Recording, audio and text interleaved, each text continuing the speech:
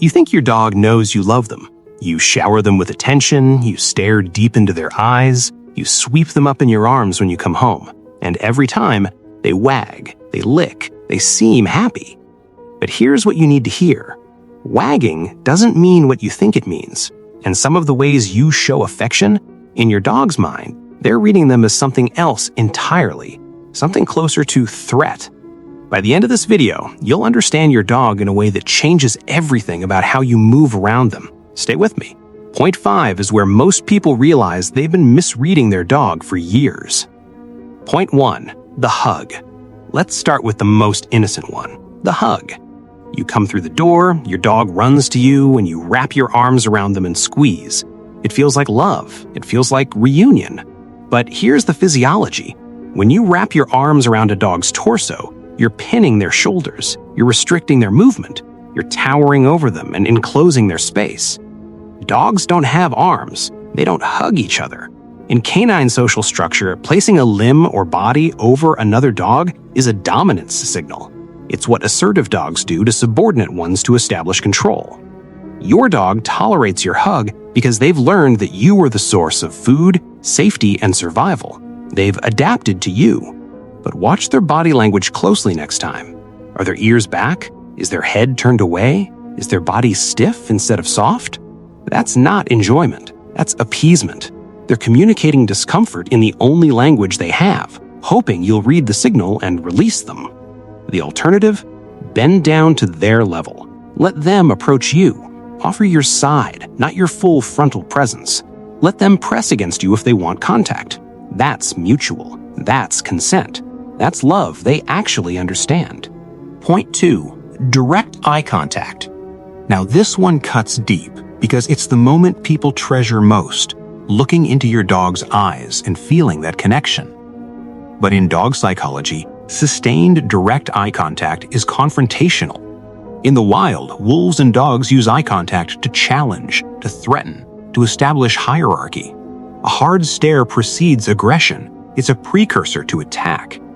When you hold your dog's gaze for long seconds, especially if you're standing over them, their nervous system registers pressure, their cortisol rises, their heart rate increases. They may hold the stare back because breaking eye contact first is a submission signal. They're trying to avoid conflict with you, but that doesn't mean they're comfortable. The exception, and this is important, is soft eye contact during calm moments.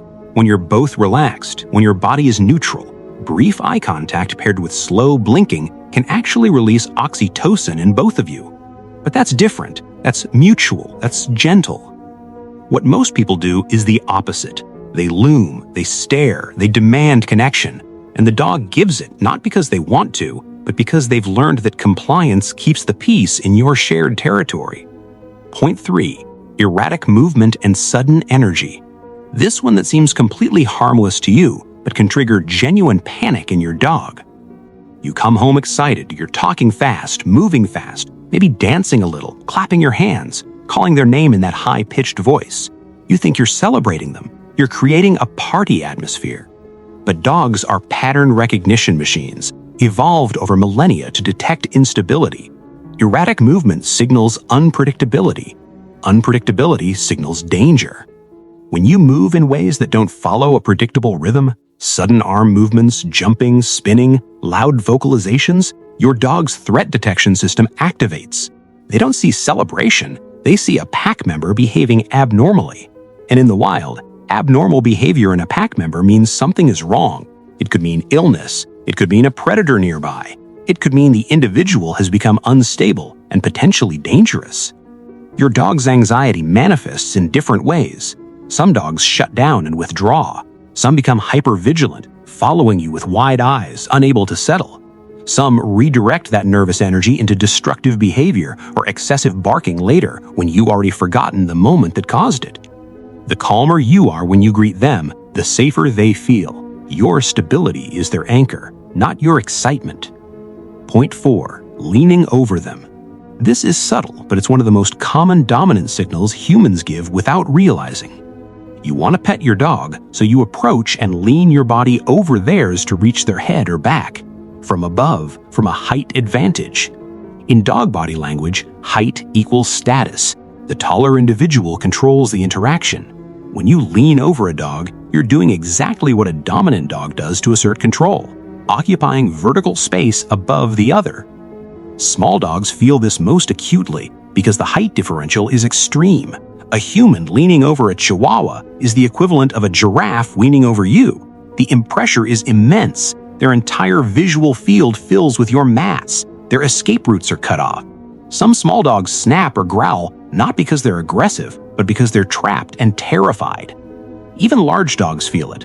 Watch a dog's reaction when you lean over them. Do they look up with wide eyes? Do they freeze? Do they lick their lips or yawn? That displacement behavior that signals stress. Alternative is simple. Crouch down. Approach from the side, not head on. Make yourself smaller. Let them remain taller than your head for a moment. It reverses the power dynamic and signals that you're not a threat. Point 5. Forcing affection. This is where most people feel personally attacked, and I need you to hear it anyway.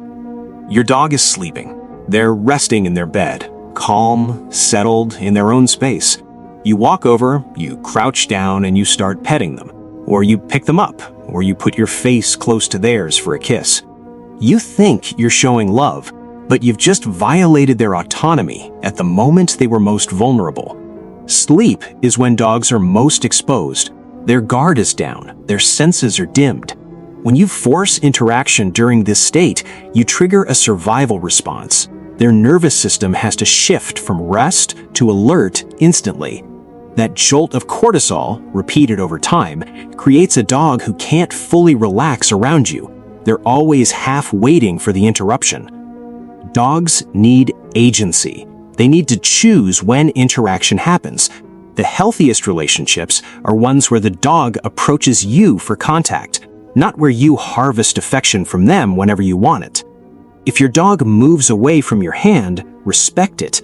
If they turn their head, respect it. If they get up and leave, respect it. Forced affection isn't love. It's control dressed up as kindness. Point 6. Inconsistent rules and emotional unpredictability. This is the deepest one. This is the one that creates anxiety that lasts for years. One day, you let them on the couch because you're in a good mood. The next day, you yell because you're stressed and they're in your space. One day you laugh when they jump on guests. The next day, you're angry and shoving them down. Your tone changes, your rules change, your availability changes, and they never know which version of you they're getting. Dogs are creatures of pattern. Their entire cognitive framework is built on predicting outcome from behavior. When the same action produces wildly different responses depending on your mood, you become unpredictable. And unpredictable caregivers create anxious animals. This isn't about being perfect, it's about being consistent. If the couch is sometimes okay and sometimes not, that's not a rule, that's chaos. If affection is available when you're happy, but withdrawn when you're stressed, your dog learns that love is conditional and unreliable. The most anxious dogs I see aren't the ones with traumatic pasts. They're the ones living with good people who haven't learned that dogs need structure more than they need indulgence. You don't need to stop loving your dog. You need to start loving them in a language they can actually read. Every behavior I described, hugging, staring, erratic energy, leaning, forced affection, inconsistency, comes from a beautiful human impulse. You want to connect. You want to celebrate. You want to be close. But love that ignores the receiver's reality isn't love, it's performance. Your dog has already adapted to you in 1,000 ways. They've learned your sounds, your schedule, your smells. They've adjusted their entire existence to fit into your human world. The least we can do is meet them halfway. Learn their signals, respect their boundaries, offer stability instead of chaos. If this helped you see your dog differently, subscribe. Not for me, for them, because they can't tell you what they need, but now you know how to listen.